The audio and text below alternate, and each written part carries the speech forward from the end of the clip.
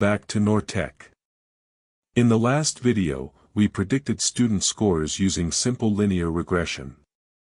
Today, we'll take it one step further.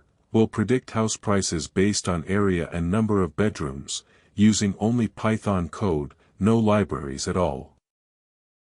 In real life, house prices depend on many factors, like area, number of bedrooms, and location. For simplicity, we'll use two features. One area, in square feet. 2 bedrooms. We'll fit an equation like this, where y equals price of the house, x equals area, x2 equals bedrooms, a equals intercept, b2 equals coefficients showing how much price changes when area or bedrooms change. Let's start coding this step by step, completely in pure Python. We have 5 houses, with increasing area, bedrooms, and price. Clearly, as area and bedrooms go up, price also increases. Next, we'll calculate the mean values of each variable. These will help us compute the slope coefficients.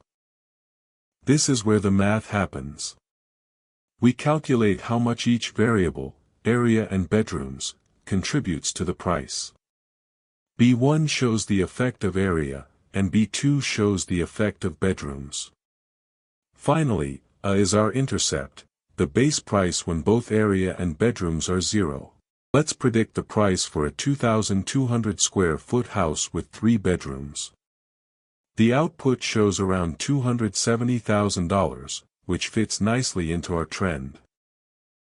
So we've just created a multiple linear regression model, manually, from scratch. We learned how to find relationships between multiple features and predict outcomes. No Scikit-Learn, no NumPy, just math and logic. If you found this video helpful, hit that like button. Subscribe to Nortech for more beginner-friendly ML projects. And comment below what project you'd like to see next.